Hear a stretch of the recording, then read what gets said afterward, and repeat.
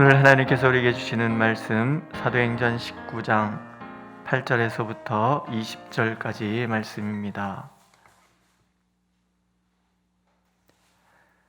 제가 읽어드리겠습니다. 바울이 회당에 들어가 석 달 동안 담대히 하나님 나라에 관하여 강론하며 권면하되 어떤 사람들은 마음이 굳어 순종하지 않고 무리 앞에서 이 돌을 비방하거늘 바울이 그들을 떠나 제자들을 따로 세우고 두란노 서원에서 날마다 강론하니라. 2해 동안 이같이 하니 아시아에 사는 자는 유대인이나 헬라인이나 다 주의 말씀을 듣더라. 하나님이 바울의 손으로 놀라운 능력을 행하게 하시니 심지어 사람들이 바울의 몸에서 손수건이나 앞치마를 가져다가 병든 사람에게 얹으면 그 병이 떠나고 악귀도 나가더라. 기에 돌아다니며 마술하는 어떤 유대인들이 시험삼아 악귀 들린 자들에게 주 예수의 이름을 불러 말하되 내가 바울이 전파하는 예수를 의지하여 너에게 명하노라 하더라. 유대의 한 제사장 스게와의 7 아들도 이 일을 행하더니 악귀가 대답하여 이르되 내가 예수도 알고 바울도 알거니와 너희는 누구냐 하며 악귀 들린 사람이 그들에게 뛰어올라 눌러 이기니 그들이 상하여 벗은 몸으로 그 집에서 도망하는지라. 에베소에 사는 유대인과 헬라인들이 다 이 일을 알고 두려워하며 주 예수의 이름을 높이고 믿은 사람들이 많이 와서 자복하여 행한 일을 알리며 또 마술을 행하던 많은 사람이 그 책을 모아 가지고 와서 모든 사람 앞에서 불사르니 그 책값을 계산한즉 은 5만이나 되더라. 이와 같이 주의 말씀이 힘이 있어 흥왕하여 세력을 얻으니라. 아멘. 우리가 2차 전도 여행에서 바울이 아시아에서 복음을 전하기 위하여 애를 쓰던 장면이 나옵니다. 그러나 애를 써도 하나님께서 막으셔서 그 일을 이룰 수가 없습니다. 그리고 하나님께서는 그 바울과 그 일행의 발걸음을 마게도냐 지역으로, 유럽 지역으로 향하게 만드시죠. 돌아오는 길에 에베소에 아마도 바울 사도가 가고 싶었던 곳이 에베소였던 것 같아요. 아시아의 주도였던 에베소에 잠깐 들리죠. 잠깐 들리면서 떠날 때 제자들이 만류하잖아요. 그런데 이런 얘기를 합니다. 하나님의 뜻이면 너에게 돌아오리라. 아마도 예수님께서 막으신 곳에 복음을 전하는 것이 바울 스스로에게 옳지 않다라고 판단했던 것 같습니다. 그런데 이제 3차 전도 여행을 시작하면서 에베소를 목적지로 삼습니다. 그런데 참 감사하게도 하나님께서 이번에는 에베소에서 복음을 전하는 것, 아시아에서 복음을 전하는 것을 막지 않으시지요. 그가 회당에서 석 달 동안 복음을 전하고요. 또 그들이 강하게 반대를 하니까 두란노라는 서원에서 2년을 날마다 하나님의 말씀을 전합니다. 그랬더니 아시아에 있는 사람들 중에서 유대인이나 헬라인이나 모두 주의 말씀을 듣게 되었다. 오늘 이렇게 말씀은 증언을 하죠. 뿐만 아니라 지금까지와는 비교도 되지 않을 정도로 하나님께서 놀라운 표적과 기사를 바울을 통해서 행하게 하십니다. 그게 11절과 12절 말씀이잖아요. 하나님께서 바울의 손으로 놀라운 능력을 행하게 하시니 심지어 사람들이 바울의 몸에서 손수건이나 앞치마를 가져다가 병든 사람에게 얹으면 그 병이 떠나고 악귀도 나가더라. 그러니까 하나님이 그냥 막 역사하시는 것이 아니라 바울을 통해서 일하시는 거예요. 얼마나 바울을 귀하게 여기셔서 일을 하셨으면 바울이 쓰는 손수건을 가져다가 병든 사람에게 얹어도 병이 떠나고 앞치마를 갖다가 얹어도 악귀 들린 사람이 귀신이 나가는 거예요. 심지어라는 말을 보면 얼마나 강력하게 에베소 지역에 성령께서 역사하셨는지를 우리가 짐작할 수가 있는 거죠. 이게 너무나 놀라운 일이 일어나니까 아류들이 항상 나오잖아요. 이게 마술사들, 유태인 마술사들인데 이게 어떤 마술인지는 잘 모르겠어요. 그런데 얘들도 시험 삼아 이 일을 했다. 오늘 성경은 얘기하죠. 그 중에 제사장 가문의 스게와의 7 아들, 예수님을 믿지는 않아요. 그냥 흉내를 내보는 거죠. 마술수 중에 하나가 되지 않을까? 그러니까 주술적인 그런 요소 중에 아닌가 하고 생각을 해서 말하는 게 웃기잖아요. 예수 그리스도의 이름으로 명하노니가 아니에요. 내가 그러니까 바울이 전하는 예수, 바울이 전하는 예수, 그 이름으로 내가 말한다. 그랬더니 악귀가 내가 예수도 알고 바울도 알거니와 너희는 누구냐? 그리고 그 사람한테 뛰어올라서 제압을 하니까 옷을 홀라당 벗긴 것 같아요. 그러니까 옷 벗고 그냥 정신없이 도망을 가는 거죠. 이게 사람들한테 놀라는 거죠. 그러는 게 아니구나. 하나님은 2가지 목적이 있으신 거죠. 아무래도 이 우상숭배가 강했던 이런 지역에 하나님의 복음이 전파될 때에 그들의 문화 속에, 그들의 생각 속에서 신들이 그런가 보다라고 이렇게 생각하도록 하는 것을 방지를 하는 것이고, 그래서 바울을 통해서 하나님이 역사를 하시는 거예요. 그러면서 동시에 바울이 전하는 예수 그리스도 그 말씀을 하나님이 그렇게 친히 증거해 주시는 거죠. 이 일을 통해서 그 아시아 지역의 유대인이나 헬라인이 꼭 그리스 사람을 얘기하는 건 아니에요. 예수를 믿지 않던 많은 사람들이 예수 그리스도의 능력을 알게 되고 두려워하고 예수를 믿게 되었다. 얼마나 강력했으면 마술을 행하던 사람들이 그 마술책이 쓸데없다고 생각을 해서 다 태워버립니다. 은 5만, 은 하나가 하루 남자의 그 일당에 해당이 된다 그러면 얼마나 어마어마한 금액의 책을 태웠는지 우리가 알 수 있는 거죠. 그리고 결론이 뭐냐면 주의 말씀이 힘이 있어 흥왕하여 세력을 얻었다. 이렇게 끝납니다. 이런 것을 우리가 교훈을 얻을 수 있는 거예요. 첫 번째는 하나님께 순종하는 것이 하나님의 뜻을 행하는 것이다 하는 거예요. 이 순종을 위해서는 하나님을 신뢰하는 것이 필요합니다. 바울이 복음을 전하는데 에베소서에 왔어요. 12명의 제자가 있어요. 세례 요한의 세례밖에 모르는 사람들이에요. 그들에게 예수 그리스도의 이름으로 세례를 베풀고 안수를 했을 때 성령이 임하시잖아요. 사람들이 방언도 하고 예언도 하였다. 바울은 그것을 보면서 하나님께서 안 막으시는구나. 확신을 가지니까 말씀을 전하는데 아주 담대하게 최선을 다해서 말씀을 전하는 거예요.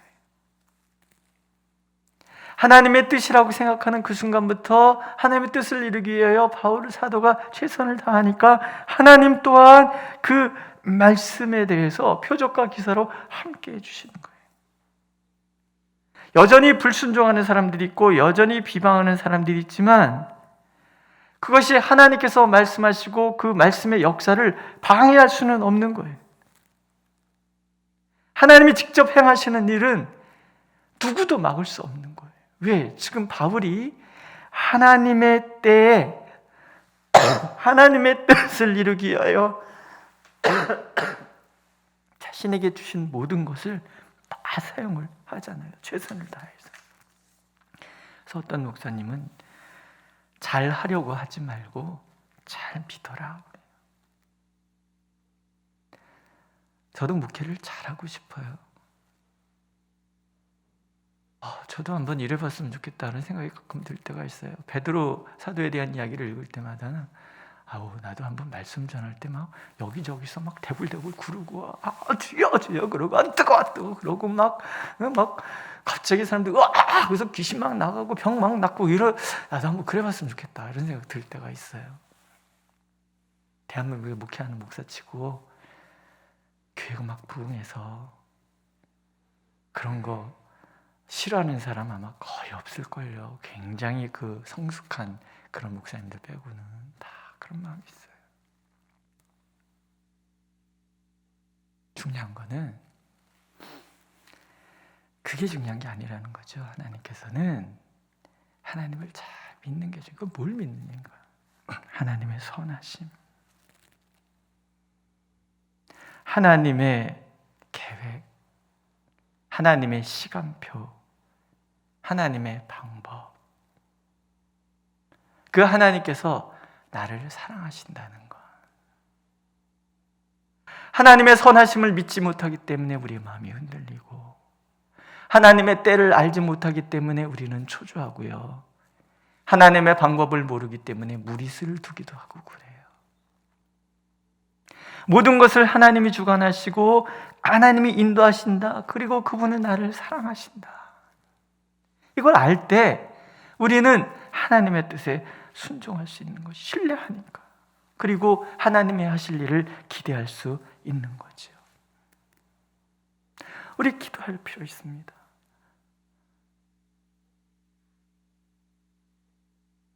하나님의 말씀에는 반드시 능력이 있어야 되는 거죠. 그래서 사도는 얘기하잖아요.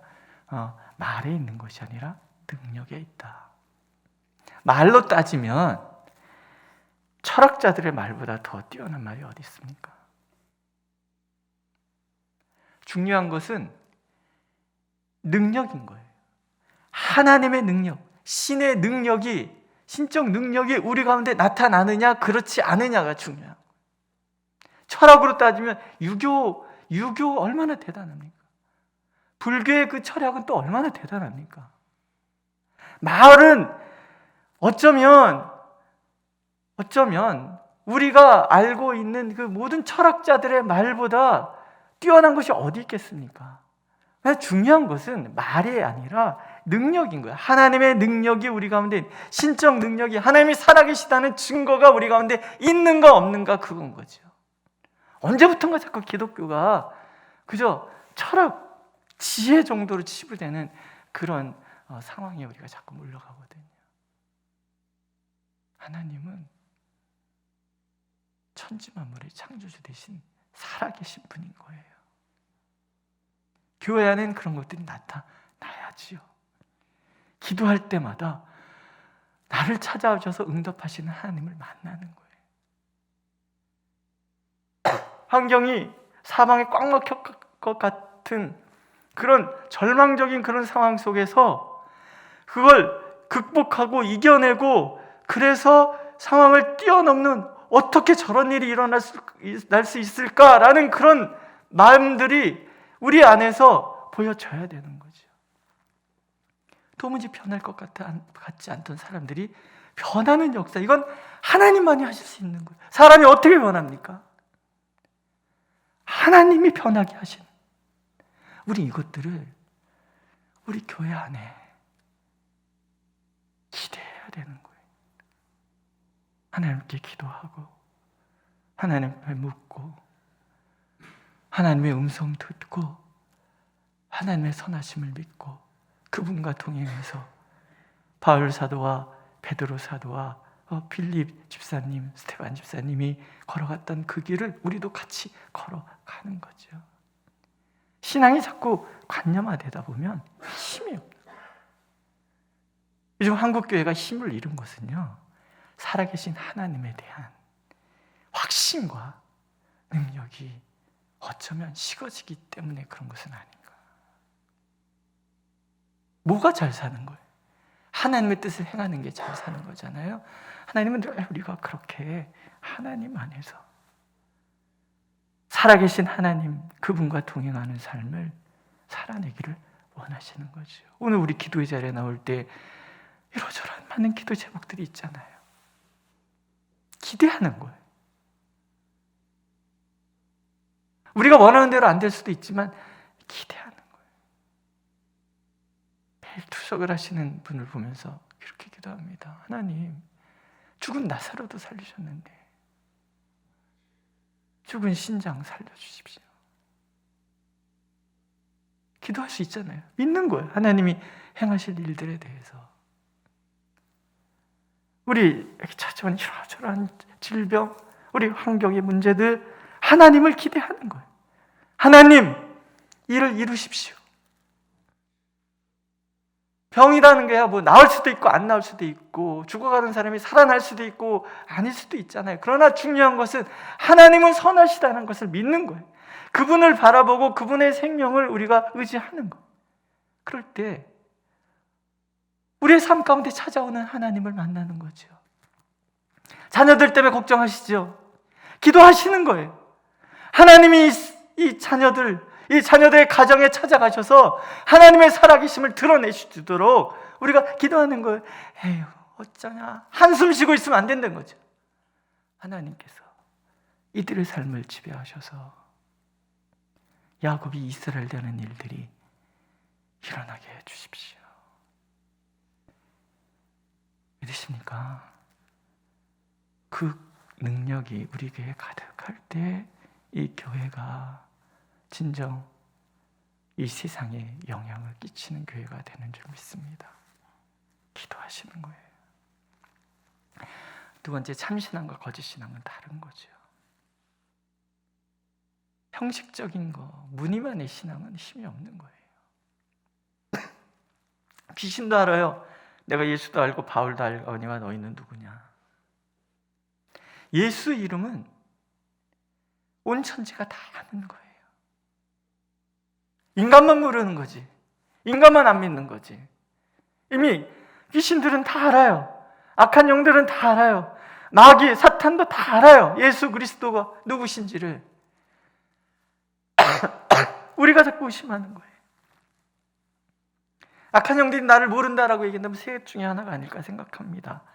내가 예수를 나의 구주로 믿고 그 이름의 권세를 수여하지 않았거나, 아니면 악에게 우리가 미혹당하고 있는데도 우리가 의심하느라고 모른다거나, 또는 예수 그리스도의 이름을 내 욕망을 채우는데 그렇게 도구로 악용하려 들 때거나, 그러면 악은 모른다 그러는 거예요. 말 안 듣는 거죠. 그러나 우리가 예수 그리스도를 나의 주님으로 영접하고 내가 하나님의 자녀됨의 권세를 분명히 안다 그러면 모든 이름 위에 뛰어난 예수 그리스도의 그 이름의 권세를 우리가 소유했기 때문에 우리 또한 예수 그리스도 안에서 어떤 경우에도 굴하지 않는 담대함을 얻을 수 있는 거죠. 믿으시죠?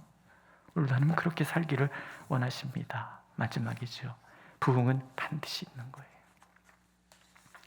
자꾸 목사님들이 한국교회 부흥의 시대가 끝났다고 자꾸 얘기를 해요. 저는 절대 동의할 수 없어요. 성령께서 역사하셔서 이 민족 전체가 구원을 얻는 그런 날을 우리가 포기해버리면 어떡합니까? 기도하는 거예요. 아무리 세상이 뒤집어져도.